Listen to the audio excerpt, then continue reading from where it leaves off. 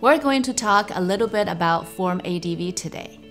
SEC states on their website, before you hire someone to be your investment advisor, always ask for and read carefully both parts of the advisor's Form ADV.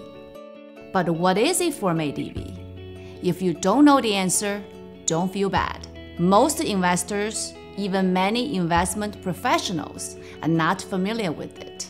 Form ADV is the form used by investment advisors to register with the SEC. It describes all aspects of a firm's practice, including its fee schedule, conflicts of interest, disciplinary information, and much more. Why is it important to read this form? In the financial service industry, a firm can have as many arrangements as it likes that result in conflicts of interest, as long as they're legal and in compliance with applicable rules. And if the firm does not adhere to the fiduciary standard, they will not feel obligated to put investors' interest first. Luckily, however, they are required to disclose all arrangements that result in conflicts of interest on the Form ADV. Let me give you another example. Say you're considering two advisors, Advisor A and Advisor B. Advisor A quotes you 1% to manage your assets, while Advisor B quotes you 0.5%. Does that mean Advisor B charges you less?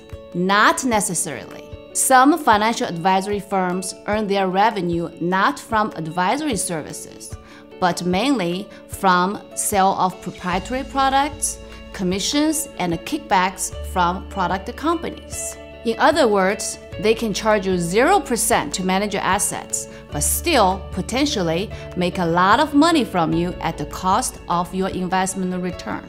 One big Wall Street firm disclosed on their ADV filed in 2016 that on an annual basis, less than 1% of their revenue was actually from consulting services. Its principal sources of revenue include commissions and other compensation for sale of investment products. In the financial service industry, talk is cheap. That's why it is important to read the writing on the wall. And the only writing you should trust is what's required to be on the Form ADV. The form consists of two parts. Part 1 is the check the box section, which is used mainly by the SEC for regulatory purpose. Part 2, the narrative brochure, is what you as the investor should read very carefully. Here are some highlights of Part 2. Item 4 describes a firm's financial advisory business, and Item 10 lists the firm's other financial industry affiliations and activities. If a firm produces proprietary products as part of its advisory business, it will generally disclose it in Item 4. Or a firm can have one subsidiary to produce proprietary products and another subsidiary, the investment advisor, as the sales force to sell the products. In this case, they will disclose it in Item 10. In either cases, it is important for you to watch out for potential conflicts of interest, as firm often has incentive to sell its own proprietary products over the alternatives. Another important item is Item 15, custody.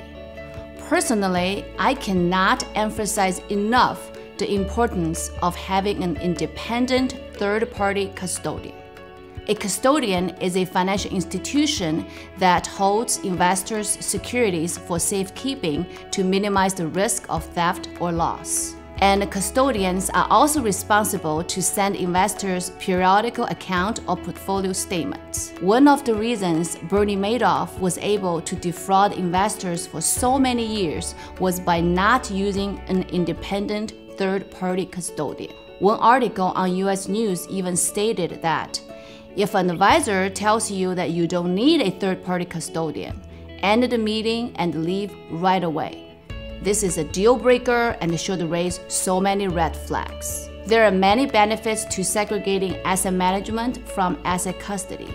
Safeguarding is just one of them.